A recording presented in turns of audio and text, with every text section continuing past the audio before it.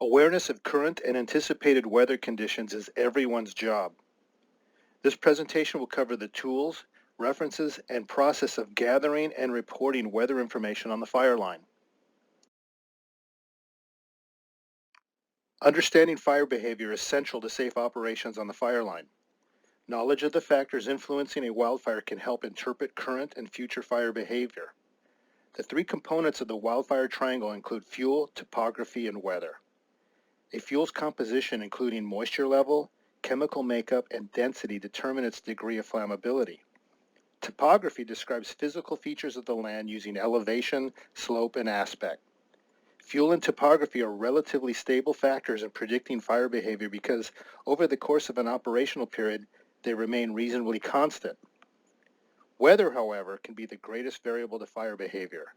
Sudden changes in weather conditions or critical trending over an operational period are important to note in order to maintain situational awareness. Resources assigned to monitor and report weather conditions should be apprised of the latest forecasts from the IAP, current weather service predictions, and changing local environmental conditions as measured on the Fireline. Traditional instruments used to gather weather observations are found in the Belt Weather Kit. However, electronic weather sensors are seen on the Fireline. When recording weather observations, note which instruments were used to perform the measurements. The NWCG recommends at least 4 instances when weather should be recorded on the Fireline. The first is in the early morning. That's when we can anticipate temperatures to be at their lowest and RH at its highest. Late afternoon, when temperatures should be at their highest and RH at its lowest. Anytime in the operational period, whenever there's a noticeable change in active fire behavior, we typically take them about every hour, and this serial monitoring allows us to see any trending over the course of the day. A line supervisor may call for weather observations at any time also. Personnel tasked with weather observations must maintain detailed documentation. If there were an incident on the Fireline, such as an accident, injury, shelter deployment, or fatality, weather logs are among the first pieces of information gathered during an investigation. We will now review the Belt Weather Kit.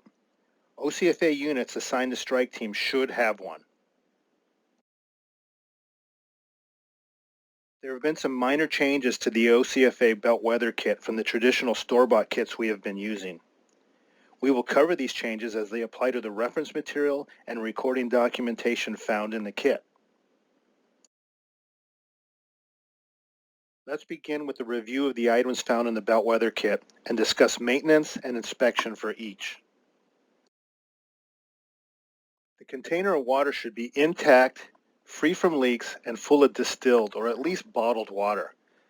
Impurities can affect the evaporation of water on the wet bulb wick and skew the relative humidity or RH calculations. The sling psychrometer. For decades, this has been the gold standard for measuring temperatures on the line, which is the foundation for accurate weather calculations. Make sure the thermometers are secure on the metal frame. The dry bulb thermometer measures ambient temperature in the surrounding air. The wet bulb thermometer measures the evaporative temperature of water on the wick. Inspect each thermometer for the integrity of the glass tubes and legibility of the numbers. Check the liquid mercury for leaks or separation within the tubes.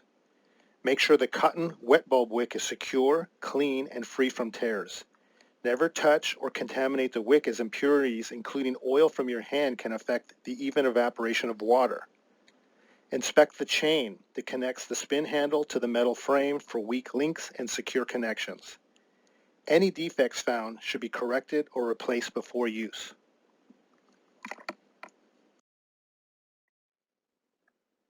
The Dwyer handheld wind meter is an analog anemometer that measures wind speed on site. Inspect the integrity of the plastic casing and legibility of the numbers.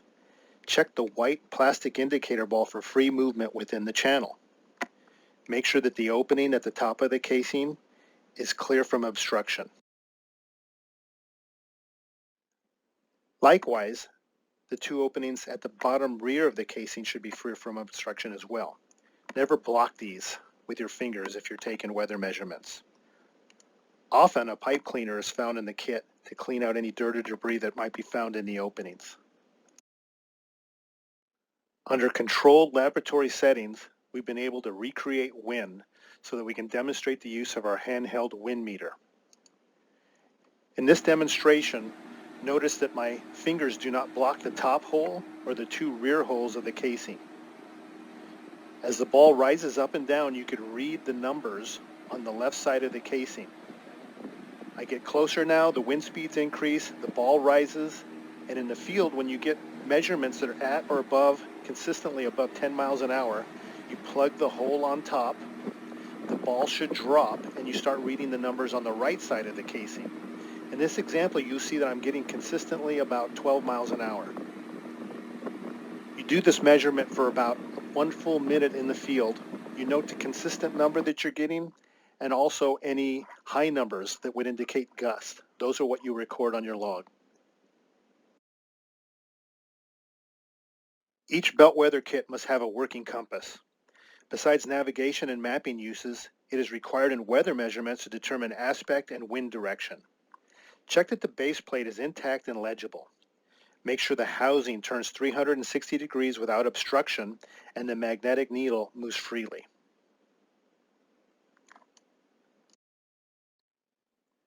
This is a general demonstration of the use of the belt weather kit in the field. First of all, you want to pick a site that's representative of where the Fireline is, where crews are working. Get the kit, find the sling psychrometer, and after a quick inspection, you want to hang this in the shade where there's good air movement. We want the thermometers to acclimate to the ambient air temperature. Now this can take several minutes. So in the meantime, pull the wind meter and the compass, and after a quick inspection of these items, we'll use them to determine wind speed and wind direction. You can use flagging tape and other indicators to determine wind direction. Point the compass into the wind. This is the direction the wind is coming from. Point the wind meter into the wind at arm's distance, not blocking any of the openings, for 1 minute, at which point you'll determine the wind speed and any gust on your record. When the thermometers are ready, we will saturate the wick with clean water. We will spin the psychrometer for 1 minute at about 2 revolutions per second in the shade into the wind. After a minute, we'll note the wet and dry bulb temperatures. And we'll respin for another 20 to 30 seconds. We'll continue with this cycle until we get 2 consecutive wet bulb temperatures. This is the lowest temperature now that we can find. Throughout the process, make sure that the bulb does not dry out on you, the wick, and that you don't hit anything. So be out in the open. Once these have been recorded, we're ready to move on to the next phase.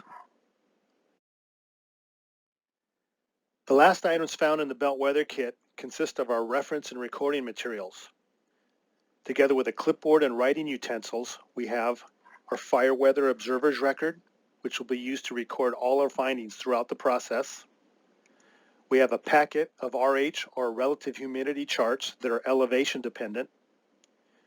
We have another packet of tables that will help us to calculate the probability of ignition. And finally, we have a laminated template that we can use with a dry or wet erase marker that will help us give the radio report of our observations.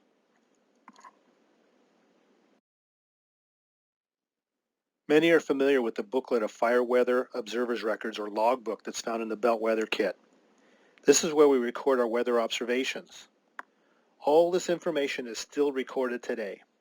However, in recent years, the probability of ignition is an important calculation that needs to be recorded on the Fireline. The OCFA has introduced a new observer's record sheet that's much like the old sheet, but now includes columns for this important calculation, that is, the probability of ignition. The new observer's record includes the same information as the previous logbook. We will go over each box to be clear on the information that should be recorded. Date, elevation. We can get this from an electronic device or a topo map. If you're taking your observation on any kind of a hill, break out the compass and determine the aspect. This is important because we know a southwest facing aspect is going to be hotter and drier than the others. When it comes to location, This is your observation site in relation to the area of concern, which is the fire line where the crews are working. The important thing to remember here is that if you're within 1,000 feet of elevation, above or below, if you're within 1,000 feet of the fire line, you're actually considered level. So remember that. 1,000 feet of play will still keep you level. Anything more than 1,000 feet, then you're going to have to go with the above or below category. Slope. In regards to these calculations for getting the probability of ignition, we're concerned about a 30% slope. So if you're greater or lesser than 30%, that's what you want to be watching out for. Here's a picture of a 30% slope. Keep that in your mind's eye. If you're greater or lesser than a 30% slope, that's really all we want to record here on this box. Fuel shading. This is in regards to the temperature of the fuel bed, how it gets preheated from direct sunlight. So if you have more than 50% of shade from either the tree canopy or cloud cover, that's what you'll go with. Is it less or greater than 50%? Radio frequency and division are important when it comes to giving your radio report. Now from our observations in the video, we've already recorded some of our information here. We know what time we did it. We have a dry bulb temperature, a wet bulb temperature. We know our wind speed and gust and what direction the wind's coming from. Now during your observations, if you have any other noteworthy observations like lightning strikes, thunderheads, a drastic change in wind, you'd want to note that in the row below. That's a good spot for that. We'll continue on with relative humidity. Among the reference materials contained within the belt weather kit, you'll find a packet of relative humidity or RH tables. Each page, front and back side, are specific to a range of elevations. Use the page that pertains to the elevation at your observation site. The left side of the page lists a range of dry bulb temperatures. Find your dry bulb temperature on the front or back side of the page. The top of the chart lists the wet bulb temperatures in ascending order. If, for example, you have a dry bulb temperature of 102 and a wet bulb temperature of 67, we find at the intersection of these two numbers the square containing our RH number. The square actually contains two numbers. The dew point is the top number and the RH is the bottom number. The chart reminds us of this on the left-hand side. In our example here, the bottom number in our square is 13, and that is our RH. Record the RH number into the open column on the observer's record. We now have all the information required to calculate the probability of ignition in 4 easy steps.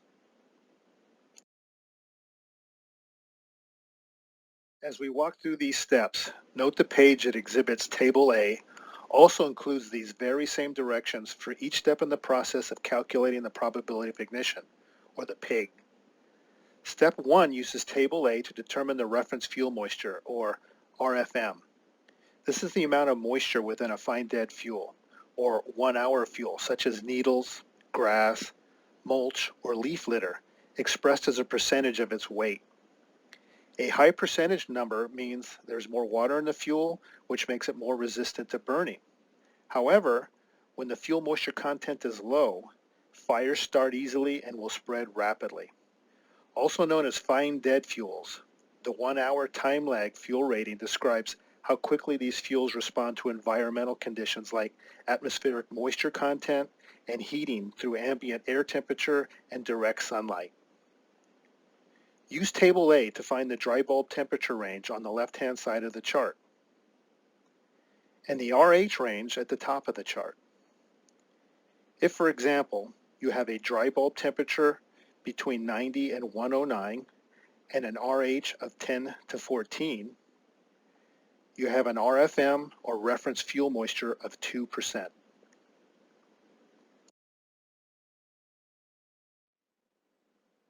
Be sure to document the RFM, the reference fuel moisture, under the Table A column of the Fire Weather Observer's Record.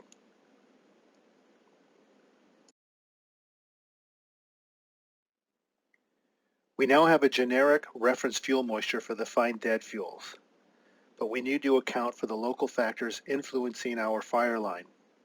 Step 2 will consider these variables using tables B, C, or D. You actually only use one of these tables. Choose the table that corresponds to the time of year for your measurements. It is important to choose the proper table. For example, since December and January are cooler and wetter than August and September, it's understandable that these factors have a different impact on the fuels. Say we were in July for this observation. July is found in Table B. Table B considers all the local variables that may influence fuel moisture. Refer to your recordings on the Weather Observer's Record to plug in the required facts. Choose the shaded or the exposed section of the table. Here we choose the exposed or less than 50% shading section. Find the aspect and the slope for your site on the left-hand side of the table. Here we have a southern-facing aspect with less than 30% slope. At the top of the table, find the appropriate time for your measurements. If I took my measurements at 11 a.m., I would choose the greater than 1000 column. Finally, choose the location of your observation site as discussed earlier, either below, level, or above the fire line. The number at the intersection of these columns is the fuel moisture correction number, or FMC.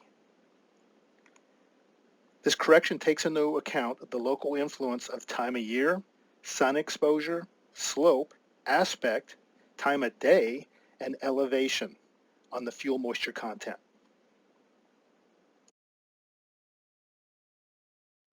Record the FMC, or fuel moisture correction, in the corresponding column. Add this number to the reference fuel moisture to determine the true fine dead fuel moisture for your locale. The fourth and final step uses Table E to identify the probability of ignition. Choose the correct section, either greater than 50% shading or less than 50% shading. On the left-hand side of the chart, find the dry bulb temperature range. At the top, find the fine dead fuel moisture number.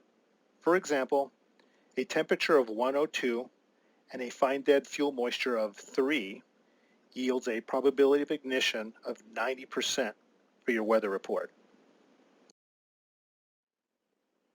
Record the pig into the last open column of your observer's record. Now that you have all the latest weather information for your assignment, you can communicate this information to crews working on your division.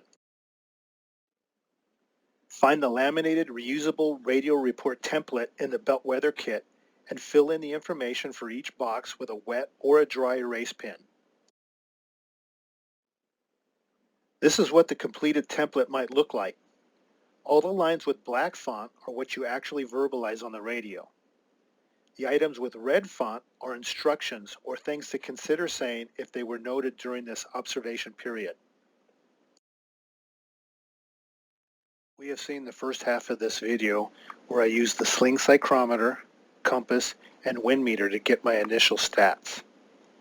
This video picks up with a quick trip to a desktop to calculate the pig using all the reference material and the 4 steps we just covered in detail. We will finish with a sample radio report.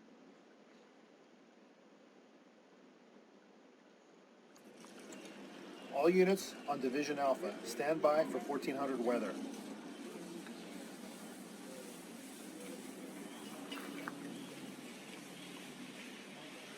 All units on Division Alpha, 1400 weather. Temperature is 92 degrees, up 4 degrees over the last hour. RH is 12%, down from 16%. Winds are 6 miles an hour from the west with gusts to 10 miles an hour. The probability of ignition is 90%.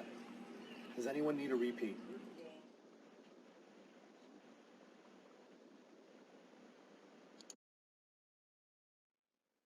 The IRPG has similar reference material that can be used to calculate RH and probability of ignition. This information can be found in the white page section at page 76. Page 78 displays nearly the same exact steps to identify the probability of ignition. For some unknown reason, however, the important last step 4 is missing, but all the pertinent tables are present in this section. What is the probability of ignition, and why is it so important? Expressed as a percentage, the probability of ignition indicates the likelihood that a fuel bed under certain environmental conditions would accept an ignition source, such as a firebrand, and sustain a wildland fire. A description often heard to explain the PIG is if you had 100 firebrands or embers that landed onto a receptive fuel bed and 60 of them started a sustained fire that required suppression activities, the probability of ignition is 60%. We know that hot and dry conditions can raise fire danger, but the probability of ignition gives us a calculation that considers local factors like seasonal and topographical features to identify the chances of extreme fire behavior. I hope this presentation helps to strengthen our abilities to measure, record, and report weather observations in the field. Thank you for your attention.